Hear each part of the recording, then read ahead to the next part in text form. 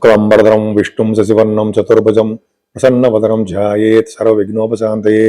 ఓం గం గణపతయే నమః. ఓం శ్రీమాత్రే నమః. ఓం శ్రీ గురుభ్యోం నమః.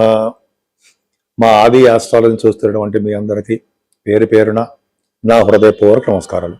నేను మీ వాడ్రేవాది నారాయణరావు శర్మ. మీరు మీ జాతకాలు చూపించుకోదలుచుకుంటే date of birth, time of birth, place of birth ఉండాలండి అన్నీ.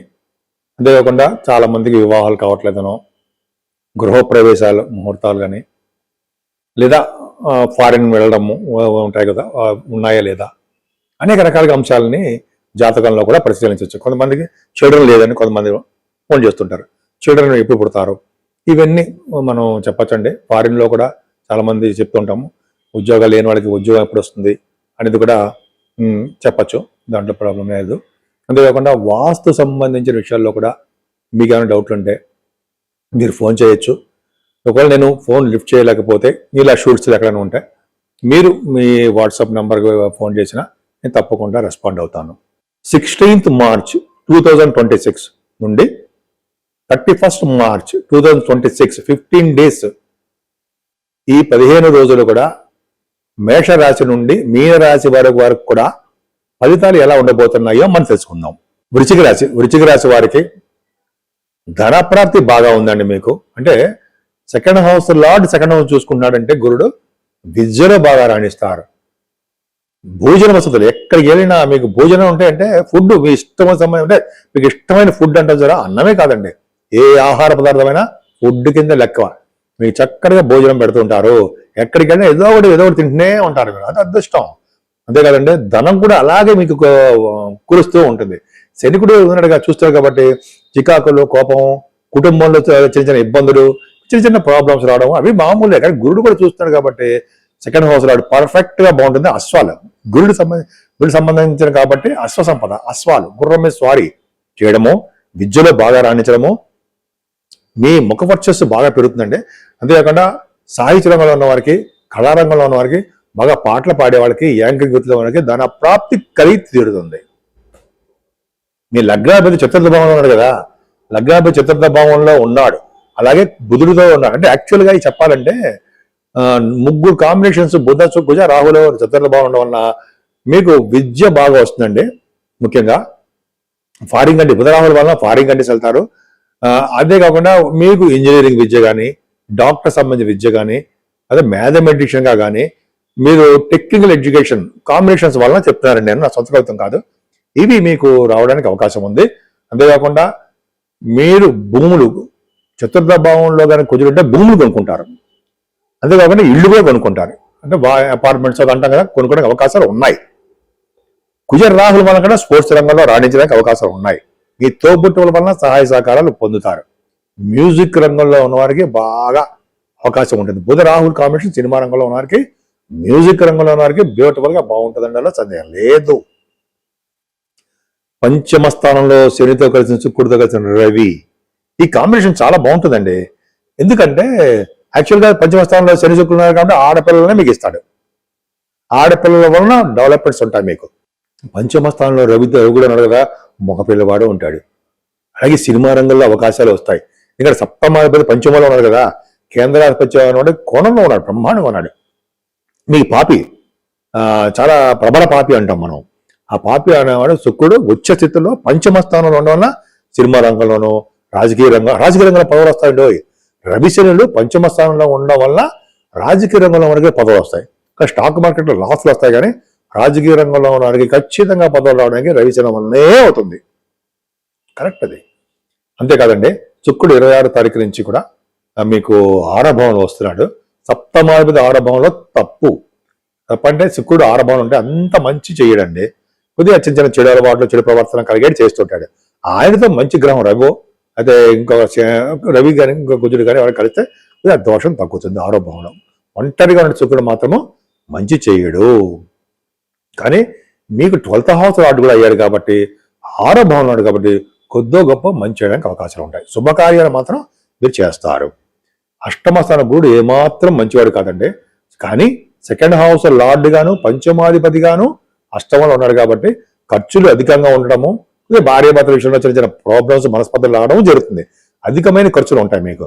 అలాగే కొంతమందికి అష్టమంలో గురులు ఉంటే యాన్సెస్ట్రల్ ప్రాపర్టీస్ కూడా వస్తాయని తెలుసు. కోర్టు కేసులు కూడా వాళ్ళు విజయం సాధించడానికి అవకాశాలు ఉన్నాయి. సడన్ గెయిన్స్ ఉంటాయి. భాగ్యాధిపతి కూడా మీకు బాగున్నాడు కాబట్టి భాగ్యము వృద్ధి అవుతూనే ఉంటుంది. 10th హౌస్లో కేతు ఉన్నాడు అంటే ఇక్కడ ఏం చెప్పాలి అంటే, మీరు సాఫ్ట్వేర్ రంగంలో ఉన్నవారికి, గవర్నమెంట్ సంబంధించిన ఉన్నవారికి, ఆడిటర్స్కి, అంటే ఆడిటర్స్ అంటే స్టాట్యూటరీ గవర్నమెంట్ అంటాం కదా, గవర్నమెంట్ ఆడిటర్స్ అని, ఇలా ఆడిటర్స్ విభాగంలో ఉన్న వారికి, అంటే ఏ ఉద్యోగం చేస్తున్నా సరే ఆ ఉద్యోగస్తులకి ప్రమోషన్స్ వస్తాయి. ఎందుకంటే 3 గ్రహాలు మీ దశమస్థానం చూడడం వలన, దశమాధిపతి పంచమస్థానం ఉండడం వలన మీకు యోగం ఉంది, ఖచ్చితంగా ఉంది. కానీ మీరు చేస్తున్న వ్యాపారాల్లో అధికమైన లాభాలు ఏమాత్రం రావు. ఈ నెల 27వ తారీఖుని శ్రీరామనవమి కూడా ఉందండి. అంతేకాకుండా 19వ తారీఖుని మనం ఉగాది సంవత్సరాది పండుగ కూడా చేసుకుంటున్నాము ఆనందోత్సవాలతోటి. మొట్టమొదటి పండుగ శ్రీరామనవమి.